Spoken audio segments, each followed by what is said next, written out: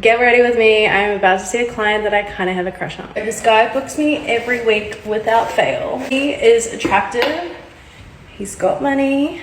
He always books the hotel because I never do it at my house. And he'll just literally give me money for no reason. I have thought about asking him out, but like, I don't know, the thought of rejection scares me. And I remember him saying when like I first ever saw him that he likes bookings because like, you know, there's no attachment with it.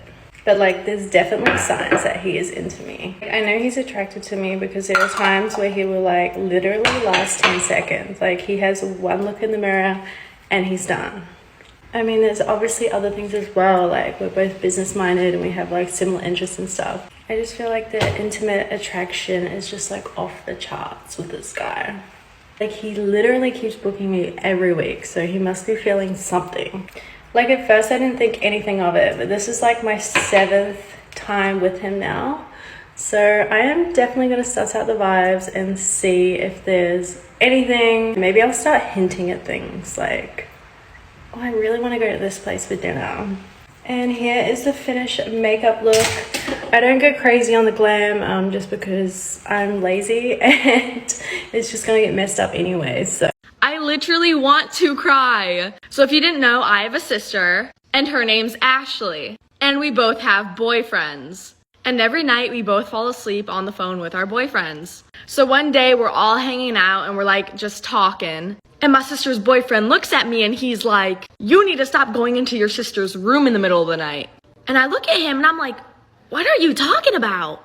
I don't have a reason to go into her room. Like I don't go into her room, especially in the middle of the night. Then my boyfriend hops in the conversation and he's like, no. He's like, no, I hear Ashley go into Kayla's room every night and stare at her. So me and my sister both look at each other and we're like, we don't go into each other's rooms, do we? And we agreed that we do not. And they said this has been going on for months. So for months, somebody or something has been going into me and my sister's room for about 15 minutes every night and watching us sleep. But it only gets worse. I got my best friend's brother on her birthday. So this happened back in 2020. I was like 18, almost 19. Looking back at it, I feel like this girl always had it out for me. She was just always like making fun of me and judging me, and come to find out after we stopped being friends, she had a lot to say about me behind my back when we were friends. So let's skip to September for her 21st birthday. So we're excited. She rents out an Airbnb. She invites the whole friend group, including Mr. 53 on a good day. And she invites her little brother. Bitch, I'm excited. Like, it's my bestie's 21st. We finna get fucked up. Honestly, I'm just gonna fast forward to the end of the night. Everyone that was supposed to leave left, and everybody that was supposed to stay had gone to bed. So me and her had a room that we picked out that we were gonna share together. But me and Mr. 53 were not speaking at this time. Like, he had cut me off at this point, and he was being trifling as a motherfucker, and he took my spot in that room and he fucking locked the door behind him. And then one room was occupied by my other bestie, and I didn't want to wake her up. And then the other room was occupied by this one bitch I didn't like, so I wasn't gonna go in there. And her little brother happened to be in the living room, so I was like, okay, like, I don't mind being out there tonight. So we hang out and gets even more fucked up than we already were. And honestly, at this point, I don't really remember much, but I do remember at some point our booty cheeks was out in the middle of the living room on that couch, and anybody could have walked out and seen us. Whatever, that happens, we go to bed, and then I wake up the next morning with a fat ass hickey on my neck, and somehow nobody noticed it. I tried to keep it a secret from her for a while, but I ended up feeling bad about it, so I told her. Honestly, guys, she played it off really well because I thought we were cool, until a few hours later I realized I was blocked on everything. So, like, I deserved it, so I wasn't too mad about it. We did eventually talk it out. We weren't friends anymore, but we were cordial. I was until I found out she was talking shit on Twitter on some, imagine being in love with somebody who has nothing to do with you, or something like that. Talking about me and my little stink Mr. 53.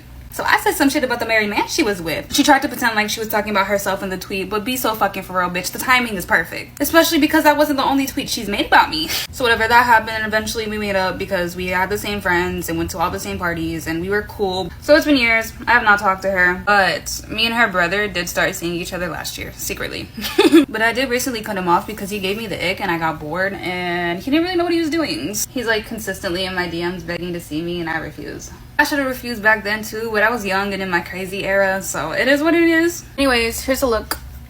I drove out 2.5 hours to see this man just to be ghosted. Y'all remember when I said that I'm never gonna be on another dating app again? Well, I fucking lied. Because I recently re-downloaded Tinder and Hinge again, just because, not to like actually, you know, talk to anybody or meet anybody or really even do anything, just because I needed validation. But I don't know, there's this boy on Hinge who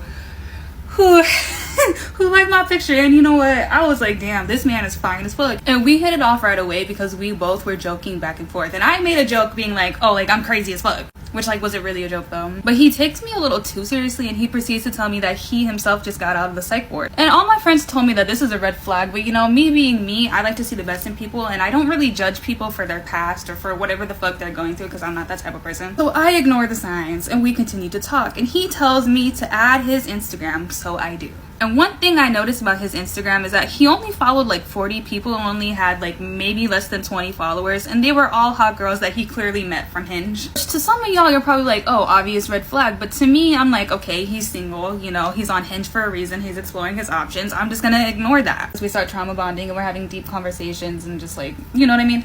But things start to get sexual really quickly, which is another red flag. So a few days pass and we start talking about a first date. We both realize that he lives 2.5 hours away from me. This motherfucker basically has no car right now because it's fucking broken down and he's like fixing it or whatever. So he's like, well, I can't drive out to you, you know, why don't you just come out to me? And I'm like, you don't gotta tell me twice, like, I'll literally do it, stop playing with me. Basically the plan was for me to leave that Monday coming up after work. So now it's Monday night and I'm literally driving home from work to go get ready. And he's like, oh, well, can you just come in the morning? Because, like, I didn't think you were actually going to come out and see me. I thought you would flake on me. Like, I have to get some stuff done around the house. And I have to, like, work on my car and blah, blah, blah, blah, blah. So we made plans for me to leave the next morning at 6. So I can get there around 8 or 9. 6 the fuck o'clock the next morning comes around. And I've been texting him.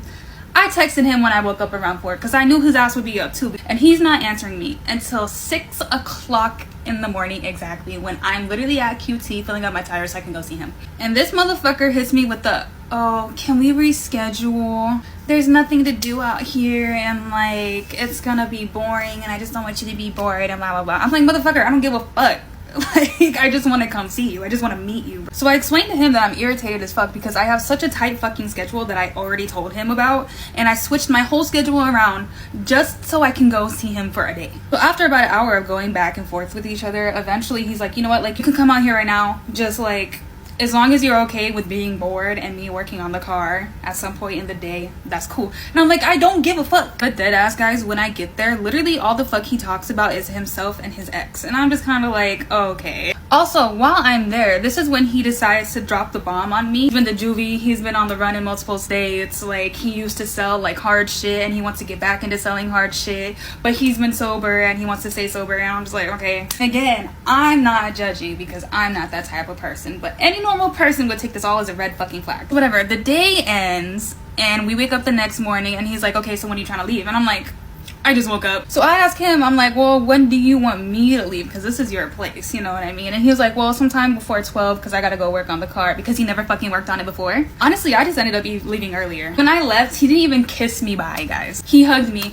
and then he proceeded to ask me like, oh, like, should I come out in like a week or two? Like, what are we gonna do? Whatever. I'm just like, yeah, I'm just like, you know, let me get my schedule figured out. Let me request the days off and we can talk about it later. So I start my drive 2 hours all the way home. Now, this is when things get interesting. I'm gonna have to make a part 2, so go to part 2.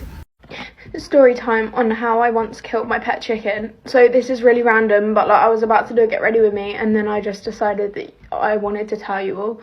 So basically, when I was 6, well, when I was 5, we got a load of chickens, and then when I was 6 I got my own chicken and I called it Hermione because if you didn't all know, I love Harry Potter. And then we called another 2 Ron and Harry, but obviously that's besides the point. It's actually really sad, but like it was like so many years ago, but it's just popped into my head and I started tearing up about it. So I just thought I'd let you guys know. But yeah, I was 6. I called this chicken of mine Hermione. She was all like white with like black specks and everything. And you know how when you're younger you really want to fly? Yeah, that's where this gets interesting. So, as you're all aware, many kids like to go around picking up all sorts of birds, like mainly pigeons. However, I had chickens and I felt very privileged by this. And although chickens can't fly, I didn't know that at the time. And so, you know, I used to run around chasing my chickens, try to pick them up. They always ran off. I also had a dog. Well, I still have that dog, Windsor Cockapoo. And he used to, like, chase the chickens. Although the chickens used to chase him, and he was scared of the chickens.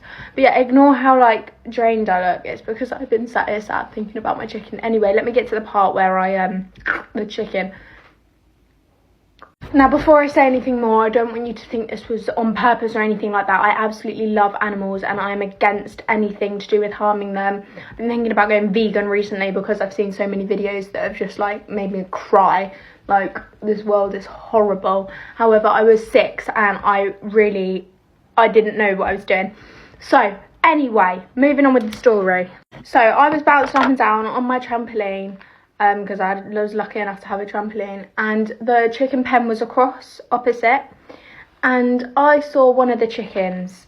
Obviously, they don't fly, but I didn't realise at the time that it, like, you know, when it, like, hovers above the ground and, like, jumps. I thought that was flying. So I was, like, bouncing, thinking, how can I execute this plan? Not to the chicken, but to fly, basically. I really wanted to fly because I was on my trampoline and I was thinking, oh my days, I'm going so high. Let me use the chicken to assist me to get higher. So I jumped off of the trampoline and started chasing the chickens. I managed to grab the chicken like this, and then I got scared, so I let go and it fluttered off again. So it was me up and down the garden. I don't know where my parents were at this point, but I look like a mad hatter. Let me just get some concealer on real quick. And silly little me thought that because I'd named my chicken Hermione, it had witch powers. So I thought we'd fly to, like, the moon. I sat on the chicken. Hang on. And we were, like, jumping along together. And it started going down. And then it burst. And all its feathers up. And it's really... And, yeah. And I was just sat there. And I didn't know what to do. And then I ran inside. And I watched Harry Potter. And then we buried her in the garden.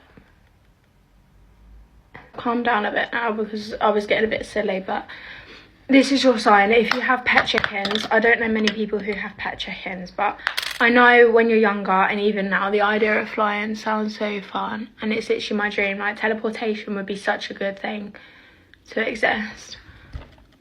But please, whatever you do, don't sit on your animal, especially if it's a bird, because it can be really dangerous, and I've learnt my lesson. But yeah, thank you for watching my story time. I hope that this was a lesson as well as a story.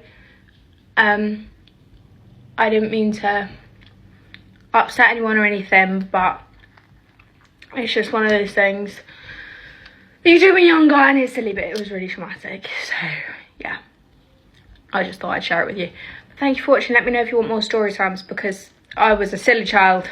Let me tell you why I'm breaking up with my boyfriend. For context, I love my boyfriend so much. Like, we've been together off and on for almost a year. There's nothing wrong with our relationship, except for recently we started talking about what we're going to do when he goes to college, and that's caused a lot of arguments between us. He's graduating this year, which means he's going to college, and I'm staying behind. I'm still in high school, and I still have to finish high school. I know that going to college is, like, a big deal, and I want him to be able to experience college, but every time we've had a conversation about what we're going to do, it's kind of just never really ended conclusively, and it just has been causing a lot of tension between us.